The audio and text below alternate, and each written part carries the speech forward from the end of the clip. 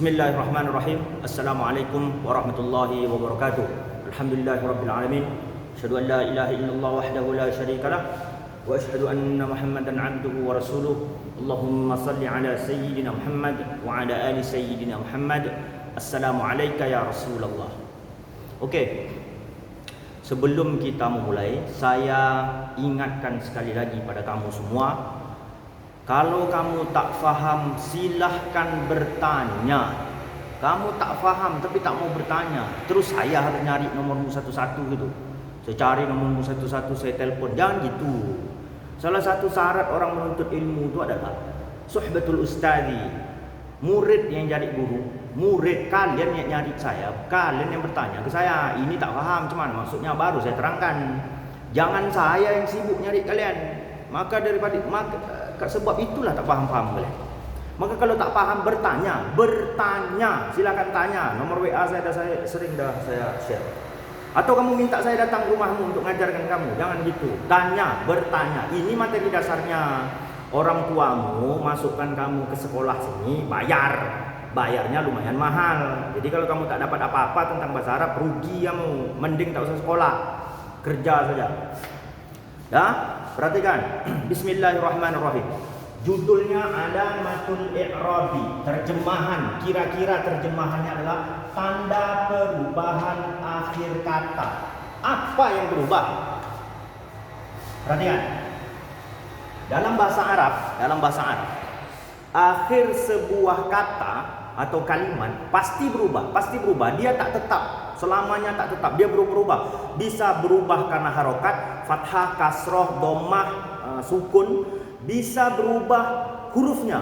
Ada tambahan huruf alif nun, ada tambahan waw nun, ada tambahan ya nun. Atau kadang ada yang huruf itu dibuang. Itulah namanya i'rab. Perubahan akhir sebuah kata dalam bahasa Arab. Contoh paling simpel, tengok, perhatikan. Kalimat al-musafiru. Al-musafiru itu harokat terakhirnya tidak selamanya dhammah. Kemarin pembahasan tentang marfu, mansub dah saya jelaskan. Isim marfu, mansub, macam mana bentuknya, segala macam, di mana posisinya. Itu penting itu. Kalau itu tidak kamu kuasai, percayalah cakap saya, sampai kucing keluar tanduk 5 pun tak akan paham kamu ini. Nah, perhatikan. Dia tidak selamanya dhammah. Karena dia bisa berubah menjadi fathah. Perhatikan. Nah. Dan kemudian bisa berubah menjadi kasroh. Berubah-ubah itulah disebut dengan al-i'rabu, perubahan tadi. Itu kalau harokat. Kalau huruf macam mana? Tengok. Al-musafiru di belakangnya itu tak selamanya tak ada tambahan. Bisa jadi ditambah alif dengan nun, waw dengan nun, atau alif dengan ta. Ya. Kemudian tambahannya bukan itu saja. Bisa jadi ya nun, alif ta. Ya nun. Paham maksud saya? Itu yang dimaksud dengan i'rab, perubahan. Jadi apa yang berubah? Yang berubah adalah akhir katanya. Bisa berubah secara harokat atau bisa berubah dengan huruf, tambahan huruf yang dibuang dan lain sebagainya. Perhatikan kalimat kabil ini, Pak. Ada marfu, kita bacanya dari sana, bukan dari sini. Ada marfu nomor 1, tanda marfu dan sebab. Jadi kenapa dia marfu? Apa tanda dia marfu? Ya. Kemudian mansub sama tanda dan sebab, kemudian majrur tanda dan sebab. Majrur ini kamu tengok lagi video saya tentang cara menggunakan huruf jar. Situ sudah detail saya jelaskan. Lah, perhatikan baik-baik. Kemarin saya dah menjelaskan tentang isim marfu itu bentuknya macam mana, kan gitu kan? Ada nama orang dan lain sebagainya. Kamu tengok itu. Kemudian posisinya di mana? Dah saya jelaskan materi yang sebelumnya. 1. Marfu. Contoh pertama Muhammadun, nama orang. Kemudian Aisyatu. Ya, kalau kamu bertanya, kenapa Muhammadun pakai tanwin sementara Aisyah tak pakai tanwin, padahal dia sama-sama nama orang, kan gitu. Kenapa? Jawabannya ribet. Jawabannya ribet. Salah satu jawabannya adalah ada istilahnya isim mustaq dengan jam, fi'il segala macam. Ribet lah pokoknya. Yang jelas Muhammadun pakai tanwin. Aisyatu misalkan boleh tak kami pakai tanwin kan? Sementara ni boleh sajalah. Karena kita belum belajar kan, tanwinkan saja. Tapi yang betul adalah Aisyatu, Fatimatu tak boleh pakai tanwin. Sebabnya tak boleh pakai tanwin tentu ada. Nanti kita bahas. Tengok. Muhammadun, Aisyatu, Al-Musafiru. Perhatikan baik-baik. Ini isim dibaca marfu. Kemarin dah saya jelaskan apa sebab bentuk dia dibaca marfu. Pertama, pakai tanwin dhammatain. Kedua, ada alif lam di depan, harokatnya dhammah. Bentuk macam gini pasti dibaca marfu. Jadi kalau dia kasroh misalnya Ustaz, boleh tak dia dibaca marfu? Tak boleh, karena marfu itu wajib yang bentuk macam ini. Nama orang macam gini, nama orang macam gini, ada alif lam, harokatnya dhammah, marfu dia. Perhatikan. Apa tanda marfu'nya? Di sini saya tulis apa tanda marfu'. Sebetulnya apa tanda rofa, tapi sama saja. Apa tanda marfu'nya? Tanda marfu'nya harokat dhammah, harokat dhammah, harokat dhammah. Jadi nanti kalau belajar tentang mubtada, khabar, fi'il, fa'il dan lain sebagainya, jumpa kalimat dalam bahasa Arab isim harokatnya dhammah, hukum membacanya marfu', tanda rofaknya pertama dhammah. Sama dengan ilmu tajwid, nun sukun jumpa huruf ya, hukum bacaannya apa? Dah dapat hukum bacaan, misalkan idgham bi gunnah misalkan. Kenapa? Bla bla bla bla. Bagaimana cara membacanya? Sama ini, sama saja. Perhatikan, saya ulang sekali lagi. Bentuk macam gini namanya isim marfu. Tanda rofaknya, tanda kalau dia marfu adalah dhammah, harokat dhammah, harokat dhammah, harokat dhammah. Pertanyaan kedua, sebab. Sebab itu kenapa? Kenapa kok dhammah? Tidak waw misalkan, tidak fathah, tidak kasroh dan lain sebagainya. Gitulah kira-kira pertanyaannya. Kenapa dia dhammah? Jawabannya adalah karena dia isim mufrad. Ingat, mufrad, istilah mufrad, musanna dengan jamak itu materi dasar awal dulu. Saya kasihkan lewat tulisan, ketikan di e-learning dulu. Muhammadun dibaca marfu, tanda rofaknya dhammah, sebabnya karena dia isim mufrad.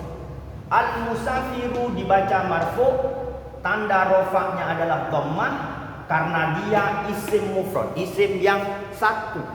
Kenapa harus disebutkan satu? Karena nanti kalau jumlahnya dua, tanda rofaknya bukan lagi dhammah. Jumlahnya 3 sampai 1 juta orang, itu tanda rofaknya bukan lagi dhammah. Oke, paham ya? Oke, dah dengarkan. Nomor 2, al-musafirani. Ingat, ada tambahan alif lam, kemudian tambahan alif dengan ni di belakang. Gitu. Bentuk macam gini namanya isim marfu. Posisinya boleh di depan, di tengah dan di belakang. Tapi untuk awal kita posisikan dia di depan. Al-musafirani. Dah di video sebelumnya dah saya jelaskan, asal ada tambahan alif dengan ni itu maknanya jumlahnya adalah 2, bukan lagi 1. Karena kalau 1 wajib pakai dhammah. Al-musafirani, tengok baik-baik, ada tambahan alif dengan ni, bentuknya macam gini, namanya isim marfu. Isim marfu. Apa tanda marfu'nya? Apa tanda marfu'nya? Kalau ini tadi tanda marfu'nya dhammah karena isim mufrad. Ini tanda marfu'nya adalah, perhatikan huruf alif ini. Ingat ya, bukan huruf nun, bukan huruf harokat ni. No, jangan kamu nanti bilang apa tanda marfu'nya? Kasroh. No. Salah, bukan kasroh. No. Tanda rofaknya adalah huruf alif. Kenapa? Sebabnya musanna. Karena ini kata benda yang jumlahnya 2. Ya, tengok baik-baik. Kata benda jumlah 1 marfu dengan dhammah, tanda rofaknya dhammah karena dia 1. Tanda isim marfu untuk musanna atau yang jumlahnya 2, tanda rofaknya adalah huruf alif. Ya. Yang ketiga, al-musafiruna. Ada tambahan waw dengan na di belakang. Jumpa tulisan macam gini, pasti marfu, pasti marfu. Ada waw dengan nun di belakang menunjukkan jumlahnya lebih daripada 3. Oke. Perhatikan, Apa tanda rofaknya? Tengok baik-baik. Bukan fathah, no. Tanda rofaknya adalah huruf waw. Ingat, waw bukan sukun. Ya, huruf waw. Tanda rofaknya huruf waw. Kenapa? Karena dia jamak laki-laki. Namanya jamak mudzakkar salim. Oke? Perhatikan, tengok baik-baik. Kalau yang satu itu tanda rofaknya dhammah, huruf terakhir. Yang dua tanda rofaknya alif nih. Alif. Ini huruf terakhirnya, ini alifnya. Alif, ingat. Yang ketiga tanda rofaknya huruf waw. Ingat, bukan waw sukun tapi waw. Dah, kenapa waw? Karena dia jamak mudzakkar salim. Dah. Kemudian al-musafiratu. Perhatikan baik-baik. Jumpa macam gini, namanya marfu, tanda rofaknya dhammah. Berarti ini sama dengan ini, sama. Kenapa ini dhammah? Karena dia jamak muannas salim perempuan. Jadi jamak muannas salim itu bentuknya, marfu'nya, tanda rofaknya sama dengan isim mufrad. Selesai. Itu kalau dia marfu'. Kalau dia mansub macam mana bentuknya? Tengok. Kalau tanwin dhammaten atau dhammah atau dhammaten itu marfu'. Kalau fathaten atau fathah dia mansub namanya. Al-musafiru jadi al-musafirah. Aisyatu jadi aisyata. Muhammadun jadi muhammadan. Mansub kalau dah bentuk macam gini. Al-kitabu marfu, mansubnya al-kitabah. Ya, perhatikan. Tanda nasabnya, tanda mansubnya adalah harakat fathah. Kenapa fathah? Karena isim mufrad satu. Dan mudah saja. Yang kedua, al-musafiraini. Dah, ini dah pernah saya jelaskan tentang marfu, mansub dan majrur. Al-musafiraini, perhatikan baik-baik. Tengok. Ini tadi tanda rofaknya itu kan yang di tengah nih. Ini yang ujung, ini tengah, ini sebelum ujung kan gitu kan. 1 2 3 kan. Sama. Yang ini tanda rofaknya, tanda mansubnya bukan huruf nun. Bukan nun, bukan pula kasroh. Mana tanda mansubnya? Ini huruf ya. Dan sama yang ini. Mana tanda mansubnya? Ini sama huruf iya. Bedanya apa? Kalau yang 3, perhatikan, ini jamak mudzakkar salim 3. Sebelumnya ada kasroh. Kalau yang 2, sebelumnya ada fathah. Dibalik saja. Firaini jadi firina, dibalik saja lah, tak susah lah. Kamu tengok saja lah. Yang jelas tanda nasabnya adalah huruf iya. Al-musafirati ni yang bila sikit. Kalau ini tadi al-musafiratu, tanda rofaknya dhammah. Kalau kemudian dia sama dengan mufradnya. Kalau ini beda sikit. Ini kalau jumpa macam gini, al-musafirati, namanya mansub, isimnya mansub, tanda nasabnya adalah kasroh. Kenapa? Karena dia jamak perempuan, jamak muannas salim istilahnya. Dah? Jadi jangan kamu samakan dengan yang marfu. Oke. Saya ulang sekali lagi. Marfu tanda rofaknya dhammah karena mufrad. Marfu tanda rofaknya alif karena musanna.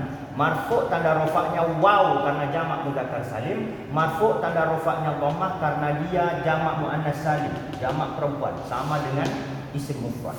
Mansub tanda nasab pertamanya fathah. Kenapa fathah? Isim mufrad. Ya. Kenapa ya? Karena jamak dengan musanna. Musanna itu artinya 2, jamak itu artinya lebih dari 3 ke atas, laki-laki. Al-musafirati mansub tanda nasabnya kasroh karena jamak mudzakkar muannas salim, perempuan. Okey? Perhatikan yang majrur. Kamu tengok lagi nanti penggunaan huruf jar, fungsi dan huruf jar. Tengok. Majrur dia Aisyah kita pendek dulu karena saya dah bilang tadi ini agak rumit pembahasannya. Ini sengaja saya tulis Aisyah ta'am. Anggap saja dia tiada, kita hilangkan dulu. Tengok. Majrur Muhammadin. Tengok Muhammadun, Muhammadan, Muhammadin. Tanda majrurnya adalah kasroh. Al-musafiru, al-musafiro, al-musafiri. Nah, kasroh. Kenapa kasroh? Karena dia isim mufrad. Satu. Oke. Kemudian yang majrur yang kedua macam mana? Sama dengan di sebelahnya. Majrur untuk musanna dengan jamak sama dengan mansub untuk musanna dan jamak. Tak ada yang berubah. Selesai sudah. Dah. Kemudian majrur untuk jamak muannas salim sama dengan mansub. Sama-sama pakai kasrah. Jumpa macam gini sebelumnya makanya kamu buka video tentang isim majrur, cara menggunakan huruf jar dalam bahasa Arab. Wallahu a'lam bishawab. Ini sangat mudah sekali. Kalau tak paham silakan bertanya. Ini kalau tak betul-betul kamu fahami, maka belajar bahasa Arabmu sekedar alif bata sa saja. Tak ada yang lebih dari itu. Tapi kalau kamu mau serius, kamu tanya ke saya terangkan ulang melalui video call. Itu yang sudah saya lakukan ke beberapa temanmu yang serius belajar. Wallahu a'lam bishawab. Terima kasih. Mudah-mudahan bermanfaat. Assalamualaikum warahmatullahi wabarakatuh.